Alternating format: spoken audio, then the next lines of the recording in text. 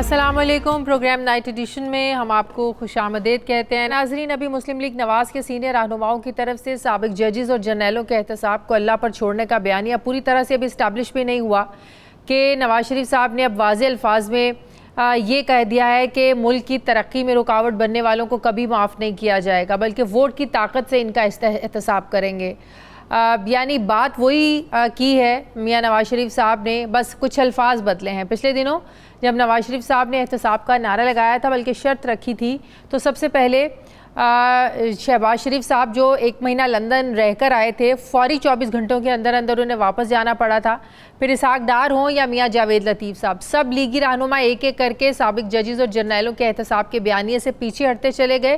ڈار صاحب نے تو یہاں تک کہہ دیا تھا کہ ہم احتساب کا معاملہ، ہم یہ سارے معاملات اللہ پر چھوڑتے ہیں، اور پھر سب نے اپنی توپوں کا رخ پی ٹی آئی اور 9 مئی کے کرداروں کی طرف موڑ دیا۔ ابھی کل ہی لیگی رہنما خواجہ آصف یہ کہہ رہے تھے کہ ماضی میں جو بھی کچھ ہوا ہم تاریخ کے حوالے کر کے آگے بڑھیں گے۔ کیا کہا خواجہ صاحب نے، ذرا دیکھیے۔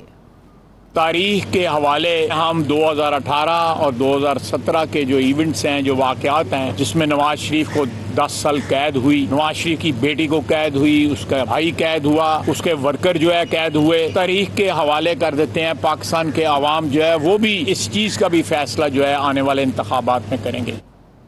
اب بظاہر تو ایسے لگ رہا ہے کہ نون لیگ کے قائد نواز شریف صاحب جو یہ معاملہ جو احتساب کی بات کرتے ہیں، بظاہر تو وہ اس پر تاریخ کے حوالے کرنے کے قائل نہیں ہیں، اور جو ڈار صاحب نے اللہ کے حوالے کرنے کی بات کی تھی، اللہ کے پر معاملہ چھوڑنے کی بات کی تھی، نواز شریف صاحب کچھ اور کہہ رہے ہیں، بلکہ وہ تو ابھی بھی اپنی حکومت کے خلاف سازش کرنے والوں کے احتساب کی طرف بات کر رہے ہیں، اور واضح بیان دے کر وہ لندن سے چل نکلے ہیں۔ سوال اٹھتا ہے کہ مسلم لیگ نون کی لیڈرشپ اور رہنماؤں کے درمیان بیانیے کا یہ جو ایک واضح فرق ہے، تضاد ہے، یہ کب ختم ہوگا؟ یہ معاملہ کیا رخ اختیار کر سکتا ہے؟ نواز شریف صاحب کے واپس آنے میں 2 ہفتے رہ گئے ہیں، لیکن پارٹی کا بیانیہ یہ بھی کسی کو سمجھ میں نہیں آ رہا ہے، احتساب کرنا ہے نہیں کرنا، کیا بیانیہ آپ نے لے کر آگے چلنا ہے؟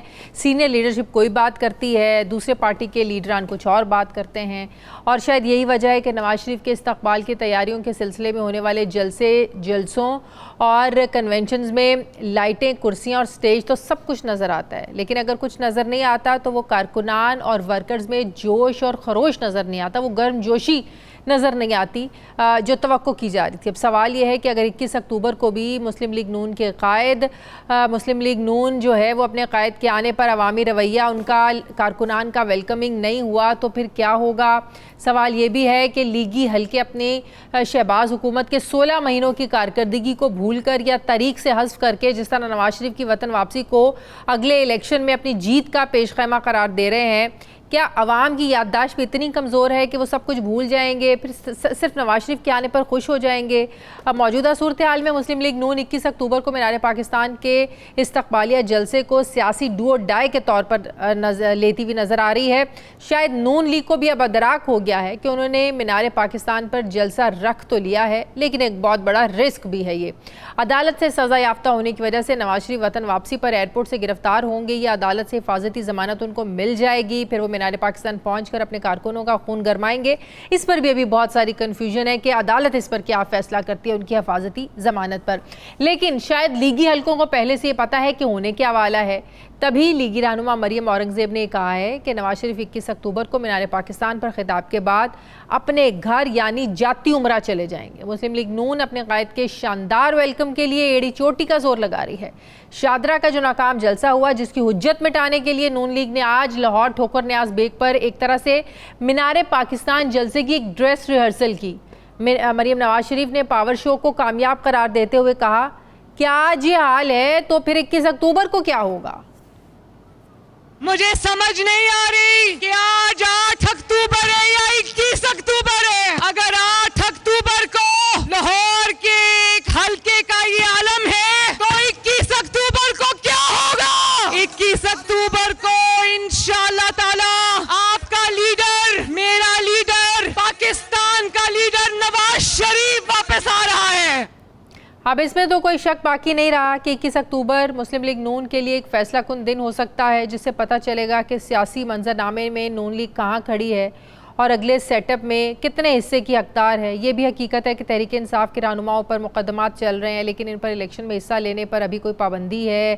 ایسا تو کچھ بھی ابھی سامنے نہیں آیا. ایسے میں مسلم لیگ نواز ایک مینار پاکستان کے کامیاب جلسے سے سرخرو ہو بھی جائے تو اقتدار تک پہنچنے کے لیے بڑی کٹھن راہیں ہیں جن کا سامنا کرنا ہوگا, کیونکہ تحریک انصاف کی قیادت جیل میں ہونے کے باوجود ان کی عوامی مقبولیت ابھی تک ختم نہیں ہو سکی ہے.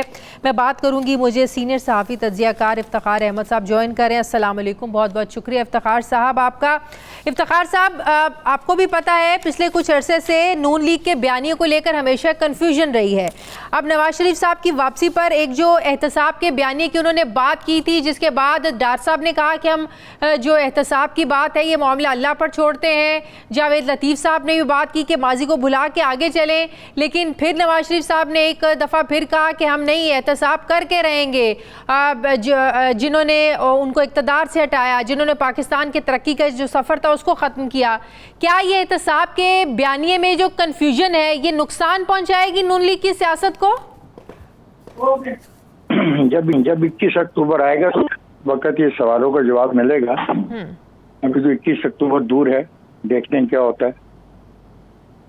نہیں, ابھی موجودہ حالات میں سیاست تو کچھ اور ہی بتا رہی ہے کہ جو سینئر لیڈرشپ ہے وہ احتساب چاہتی ہے, نواز شریف صاحب احتساب چاہتے ہیں, لیکن مسلم لیگ نون کی جو دوسری قیادت ہے وہ سمجھتی ہے کہ یہ موقع نہیں ہے, وہ حالات نہیں ہے کہ دوبارہ سے آپ اسٹیبلشمنٹ کے ساتھ جو ہے وہ مشکل حالات میں ان کے سامنے آ کر کھڑے ہو سکے یا ان پر تنقید کر سکے یا احتساب کی بات کر سکے. ایک بیانیے میں واضح تو فرق ہے.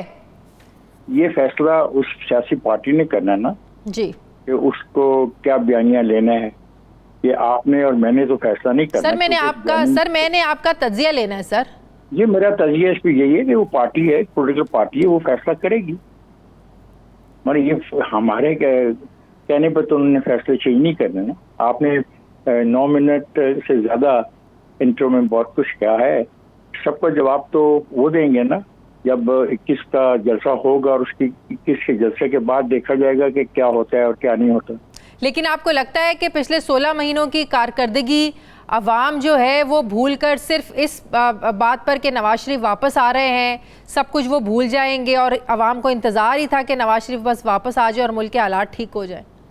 عوام تو 4 سال کا دور بھی بھول گئے ہیں اور ایک صوبے میں 9 سال کا دور بھی بھول گئے ہیں. عوام جو ہیں وہ بھولنے والے ہیں, اور بھول کے وہ کیا فیصلے کرتے ہیں اس کا فیصلہ بھی تو تبھی ہوگا نا جب الیکشنز ہوں گے, پولنگ اسٹیشن پہ جائیں گے, بیلٹ پہ اپنا نشان لگائیں گے, اور رات کو جو الیکشن کا نتیجہ آئے گا تبھی ہم کہہ سکتے ہیں نا سارا کچھ جو آپ نے کہا اس کا حتمی جواب تو آپ کو الیکشن والے دن ہی ملے گا. لیکن آپ کو لگتا ہے کہ تحریک انصاف کی مقبولیت میں 9 مئی کے بعد اور جس طرح ان کے لوگوں کے پارٹی رہنماؤں کے بیانات سامنے آ رہے ہیں, جنہوں نے پریس کانفرنسز کی, کچھ دن پہلے عثمان ڈار صاحب نے جو انٹرویو دیا, اس کے بعد آپ کو لگتا ہے کہ عوام کو یہ سمجھانا اتنا آسان ہے کہ سب کی ذمہ دار واقعی تحریک انصاف ہے اور ان کا ووٹ بینک کمزور ہوگا؟ یہ معاملات عدالتوں میں ہیں, ہائیسٹ کورٹ میں زیر بحث ہیں, اس پہ تو میں تبصرہ نہیں کرتا, لیکن میں یہ بلیو کرتا ہوں کہ پی ٹی آئی کو بطور سیاسی جماعت الیکشن میں حصہ لینے کا اختیار ہونا چاہیے. الیکشن وقت پر ہوتے ہوئے نظر آ رہے ہیں آپ کو؟ بقول الیکشن کمیشن آف پاکستان ایسا ہی نظر آ رہا ہے. لیکن کچھ رہنماؤں کو جیسے مولانا صاحب ہیں انہیں بھی بڑے ڈاؤٹس ہیں, وہ تو کہتے ہیں ہمیں فروری میں بھی ہوتے ہوئے انتخابات نظر نہیں آ رہے, وہ کہہ رہے ہیں کہ برف باری ہوگی, موسم خراب ہوں گے, اس پر نظر ثانی ہونی چاہیے, ہو بھی سکتی ہے. برف باری اس سے پہلے 2 دفعہ الیکشن ہوئے 1970 میں دسمبر کے اندر, اور پھر اس کے بعد بھی ہوتے رہے فیبروری میں. تو جب آپ کو پتہ ہی ہے کہ فروری میں ہوتے رہے تو پھر برف باری تو متاثر نہیں کر سکتی نا سارے انتخابی عمل کو. البتہ جو صورتحال وہاں پہ ہے بلوچستان کے بارڈر پہ اور افغانستان کے بارڈر پہ, بالخصوص جو پچھلے دنوں چترال اور تورخم کے علاقے میں جو واقعات ہوئے, وہ واقعات ایسے ہیں جن کے بارے میں یہ کہا جا سکتا ہے کہ ان حلقوں میں انتخابی عمل شاید اتنا بھرپور نہ ہو سکے جتنا ہونا چاہیے. بہت شکریہ افتخار احمد صاحب آپ کا. مجھے پروگرام میں ایک بریک لینی ہے ناظرین, واپس آتے ہیں وقفے کے بعد.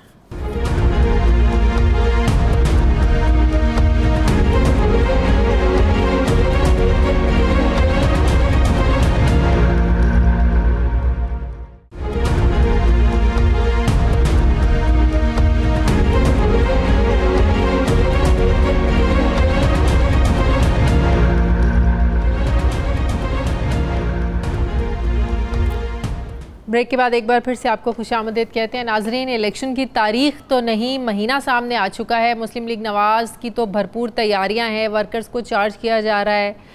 نون لیگ تو اپنے عقائد کا استقبال کرنے کی تیاریاں کر رہی ہیں. آج بھی لاہور میں مریم نواز نے ایک جلسہ کر کے ان کی آمد کی خبر دی. ایسے میں تحریک انصاف کی زیادہ تر قیادت روپوش ہے یا مقدمات کا سامنا کر رہی ہے.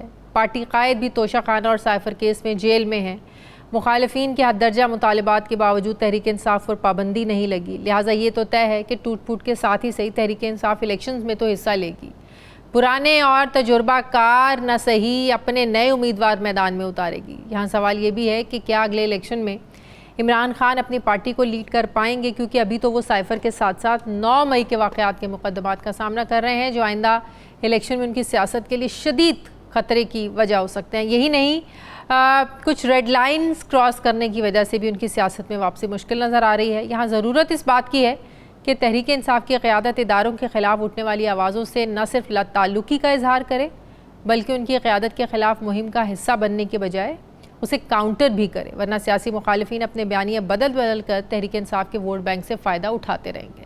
سوال یہ ہے کہ اگلے الیکشن کے حوالے سے پی ٹی آئی نے حکمت عملی کیا بنائی ہے. نواز شریف جیسا جب تگڑا حریف میدان میں ہوگا تو P T I Imran Khan کے بغیر کیسے مقابلہ کرے گی. میں بات کروں گی تحریک انصاف کے سینئر رہنما علی محمد خان صاحب مجھے جوائن کریں. السلام علیکم, بہت بہت شکریہ, ایک عرصے کے بعد آپ کے ساتھ پروگرام میں بات کرنے کا موقع مل رہا ہے. بہت شکریہ آپ کا علی محمد خان صاحب. علی محمد خان صاحب, سوال میرا یہی ہے کہ جس طرح بڑے زور و شور سے نون لیگ تیاری کر رہی ہے نواز شریف کے استقبال کا, اپنے قائد کے استقبال کا, دوسری طرف تحریک انصاف دیکھیں جو ایک ٹف ٹائم دے سکتی ہے تمام سیاسی جماعتوں کو. ساری قیادت آلموسٹ روپوش ہے یا جیلوں میں ہے. آپ کو لگتا ہے کہ تحریک انصاف کا یہ جو اس وقت حالات ہیں اس کا فائدہ نون لیگ کو ہوگا؟ ووٹر تو نہیں کہیں بھاگ جائے گا آپ لوگوں کا؟ بہت شکریہ. بسم اللہ الرحمن الرحیم. اللہم صلی وسلم مبارک علی سیدنا محمد وعلی آل محمد. آپ کے استقبال کا شکریہ. آپ نے کہا بڑے عرصے بعد, جی بالکل, میں ایک سیاسی ریفریشر کورس پہ گیا ہوا تھا تو مختلف جیلوں کے دورے پہ تھا جس میں اللہ ایسے دوروں سے سب کو بچائے. اس دورے کے دوران کبھی 3MPO, کبھی دہشت گردی کیس, کبھی آرمی ایکٹ, کبھی سیکرٹ ایکٹ, کبھی 120B, کبھی یہ کبھی وہ, سارا بھگتا اللہ کے کرم سے. اور اللہ کے کرم سے عدم ثبوت کی بنیاد پہ کیس بھی ختم ہوئے اور عدالت کے حکم سے باہر نکلے اور آپ کے سامنے ہیں. حوصلے بلند رکھنے چاہیے. دیکھیں اللہ تعالیٰ خود فرماتا ہے کہ ان مع العسر یسرا, ان مع العسر یسرا, ہر تکلیف کے ساتھ آسانی ہے, بے شک ہر تکلیف کے ساتھ آسانی ہے. تو جو آپ نے نقشہ کھینچا ہے اس کے حوالے سے میں یہی کہوں گا کہ ہر تکلیف کے ساتھ آسانی ہے. تحریک انصاف ایک بہت بڑی جماعت ہے اور امتحان میں ہے, مشکلات میں ہے, لیڈر بھی مشکلات میں ہے, پارٹی کی لیڈرشپ بھی مشکلات میں ہے, کارکن بھی مشکلات میں ہے. لیکن یہ مشکلات کسی ذاتی فیل کی وجہ سے نہیں, ملک کے لیے ہم پہ آئی ہیں. اور انشاءاللہ آپ نے چونکہ سوال پوچھا کہ الیکشن میں آزادی ہمیں نہیں ہے, ہم اپنی اوپن کیمپین نہیں کر رہے. ابھی 2 دن پہلے میرا اپنا جو ضلع ہے, ضلع مردان میں, وہاں کچھ کارکنان نے کنونشن کیا جو ان کا حق ہے اور اس پہ ان پہ پرچے ہو گئے. حالانکہ کنونشن کلوز ڈور میں کرنا یا تو پھر سب پہ ہی پابندی ہو, عوامی نیشنل پارٹی پہ بھی ہو, حالانکہ نہیں ہونی چاہیے. ہماری وہاں کی جماعت ہے مسلم لیگ نون پہ بھی پابندی ہو, حالانکہ نہیں hونی چاہیے. میں پابندی کے حق میں نہیں ہوں. لیکن پھر پیپلز پارٹی پہ بھی ہو, حالانکہ نہیں ہونی چاہیے. تو اگر ان پہ نہیں ہے تو پھر ہم پہ کیوں ہیں؟ کیا ہم پاکستان تحریک انصاف کو پاکستان کو تباہ کرنے والی جماعت ہے, یا کوئی ہم یا پھر فیصلہ کر دیں, پروسکرائب کر دیں, بین کر دیں, بند کر دیں, ہمیں جو ہے ہماری جماعت کو مکمل طور پہ کاغذ سے ہٹا دیں, بین کر دیں, پھر ٹھیک ہے, ہم گلہ نہیں کریں گے, ہم کوئی اور جماعت بنا لیں گے کسی اور نام سے. لیکن اگر بین نہیں ہے, آزاد ہے, اس پہ کوئی پابندی نہیں ہے, تو جس طرح ابھی کچھ دیر پہلے میری نظر سے محترم انفارمیشن منسٹر صاحب سولنگی صاحب کا کوئی بیان گزرا, شاید اگر انہوں نے یہ بات کی ہے کہ تحریک انصاف پہ دوسری جماعتوں کی طرح اس پہ کوئی پابندی نہیں ہے, تو اور پابندی کیا ہوتی ہے؟ ورکر کنونشن ہمارا ورکر نہیں نکال سکتا. 14 اگست پہ وہ جھنڈا لے کے لیکن مولانا صاحب نے کل یہ بڑا زبردست انہوں نے بات کی. مولانا صاحب نے کہا کہ وہ نہیں چاہتے کہ وہ جلسے کریں کھلے عام اور ان کے جو مخالفین ہیں وہ جیلوں میں ہوں. انہوں نے کہا کہ سب کو سیاست میں الیکشنز میں حصہ لینے کا پورا حق ہونا چاہیے, جو سیاستدان جیل میں ان کو باہر ہونا چاہیے. تو یہ آپ کے اوپوننٹ ہیں, مخالفین ہیں, لیکن ان کا بڑا کل زبردست یہ انہوں نے بات کی ہے. مولانا صاحب کو میں یہ کہوں گا کہ دیر آئے درست آئے. ہم تو کب سے آپ کو کہہ رہے تھے یہ کفر کے فتوے دینا بند کریں اور سیاست میں خدمت پہ آ کے بات کریں. آپ اچھی خدمت کر سکتے ہیں یا ہم اچھی خدمت کر سکتے ہیں. آپ بھی محب وطن ہیں, ہم بھی محب وطن ہیں. پاکستان کے عوام فیصلہ ہی کریں گے کہ کس کے پاس ایجنڈا اچھا ہے, کس کے پاس پلان اچھا ہے, اور کس کی ماضی کی ریپوٹیشن اچھی ہے کہ جو بات کرتا ہے اس پہ کھڑا رہتا ہے. باقی تو آپ اور ہم سب پاکستانی ہیں. تو اگر انہوں نے اب کفر کے فتوے اور دینے کی فیکٹری بند کر دی ہے اور لوگوں کو کہنا بند کر دیا ہے, میں اس کو خوش آئند کہتا ہوں, میں اس کو ویلکم کرتا ہوں, اور میں سمجھتا ہوں کہ اللہ ان کو اسی طرح رائے راست پہ رکھے. لیکن جو لوگ واپس آ رہے ہیں, کچھ دن پہلے جو ڈار صاحب باہر آئے, عثمان ڈار صاحب آئے, ایک ٹی وی کو انٹرویو دیا اور جس طریقے سے 9 مئی کے واقعات کی ذمہ داری پارٹی پر ڈالی, عمران خان صاحب پر ڈالی, آپ کو کیا لگتا ہے کہ یہ کسی دباؤ کے نتیجے میں آ کے انہوں نے کیا, سیاست کو خیر آباد کہا, آپ بھی جیل بھگت کر آئے ہیں, اگر دباؤ ہوتا تو پھر آپ پر بھی ہوتا؟ دیکھیں میرے خیال میں انہوں نے آزاد حیثیت سے شاید نہیں دیا یہ بیان, دباؤ میں ہی لگتا ہے, اور فیصلہ اس کا عدالت میں ہوگا کہ اگر عدالت میں بھی وہ اپنے اس بیان پہ قائم رہتے ہیں. اگر عدالت میں اس بیان پہ قائم نہیں رہتے اور جس طرح ان کی والدہ محترمہ نے بیان جاری کیا ہے, تو الیکشن تک اگر ماحول بہتر ہوتا ہے, اور میں سمجھتا ہوں کہ اگر عثمان ڈار صاحب پھر تحریک انصاف سے الیکشن لڑنا چاہیں, میں آپ کو بڑی بات کر رہا ہوں, اگر تحریک انصاف سے الیکشن لڑنا چاہیں اور یہ بیان انہوں نے مجبوری کے عالم میں یا پریشر میں دیا ہے, میں سمجھتا ہوں ہماری جماعت کو پھر ان کو ٹکٹ دینا چاہیے. لیکن اگر انہوں نے اپنی مرضی سے دیا جو کہ لگتا نہیں ہے, ظاہر ہے پھر ان کے اور ہمارے راستے جدا ہیں, لیکن وہ تحریک کے ایک ورکر رہے ہیں اور بڑے زبردست ورکر رہے ہیں. اب یہ وقت فیصلہ کرے گا کہ اب آنے والے وقت میں. لیکن جیل تو آپ بھی مہینوں جیل کاٹ کر آئے ہیں, آپ کا بھی تحریک انصاف سے ہی تعلق ہے. اگر پریشر ہو تو پھر سب پر پریشر ہو, دباؤ کی وجہ سے ایسے بیانات پھر سب سے لیے جائیں. آپ پر تو کوئی دباؤ نہیں تھا, آپ تو آج بھی پی ٹی آئی کے ساتھ کھڑے ہیں, عمران خان کے ساتھ کھڑے ہیں. دیکھیے میرے خیال میں اس میں کچھ چیزیں جو وہ میٹر کرتی ہیں, وہ یہ ہے کہ مین ان سارے ایشو میں 9 مئی کا کیس تھا. میرا تو 9 مئی کا کیس عدالت سے ختم ہو گیا, اس کے بعد پھر جو چھوٹے موٹے کیسز تھے وہ ہوئے. عثمان صاحب کا 9 مئی کا کیس ابھی ختم نہیں ہوا تھا, تو شاید اس کا بھی پریشر ہو سکتا ہے. لیکن بہرحال وہ اس پہ خود اوپن آ کے جب بات کریں گے پھر معاملات کلیئر ہوں گے. یہ بیان کی آئینی یا قانونی حیثیت تو اس وقت نہیں ہے, یہ تو ایک بیان ہے ایک میڈیا پرسن کے ساتھ, اور یہ بھی ایک سوال ہے کہ میڈیا پرسن سے ان کا رابطہ کیسے ہوا جب ان کی اپنی اماں جی سے اور گھر والوں سے رابطہ نہیں ہو رہا تھا. میں نہیں سمجھتا کہ اچھا رجحان ہے کہ میڈیا پرسن اس طرح سے کریں, کیونکہ بہرحال عدالت ان کو بلا رہی تھی, عدالت میں پٹیشن تھی اور عدالت کو اطلاعات نہیں مل رہی تھی کہ وہ کہاں ہیں. تو یہ بہت کافی سارے سوالیہ نشان ہیں. امید ہے جلدی فیوچر میں عثمان صاحب اس پہ کوئی بات وہ کریں گے اگر ان پہ پریشر نہ ہو. لیکن میں دوبارہ یہ بات کروں گا کہ اس بیان کی آئینی حیثیت عدالت میں کچھ نہیں ہے. عدالت کے سامنے وہی بیان ہے جو 161 یا 164 کا ہو, جو عدالت کے سامنے وہ اپنے وکیل کے ذریعے یا خود بیان دیں گے. وہ جو وقت آئے گا وہ فیصلہ ہوگا. فی الحال تو کوئی بھی اس پہ یقین نہیں کر رہا کہ انہوں نے اپنی مرضی سے یہ دیا ہے. صحیح. علی صاحب, ایسے الیکشنز جس میں عمران خان جیل میں ہو, قیادت روپوش ہو, کچھ جیلوں میں ہو, اور ایسے میں الیکشنز ہو جائیں, کیا اہمیت ہوگی, اور ایسے الیکشن میں تحریک انصاف کہاں کھڑی ہوگی پھر؟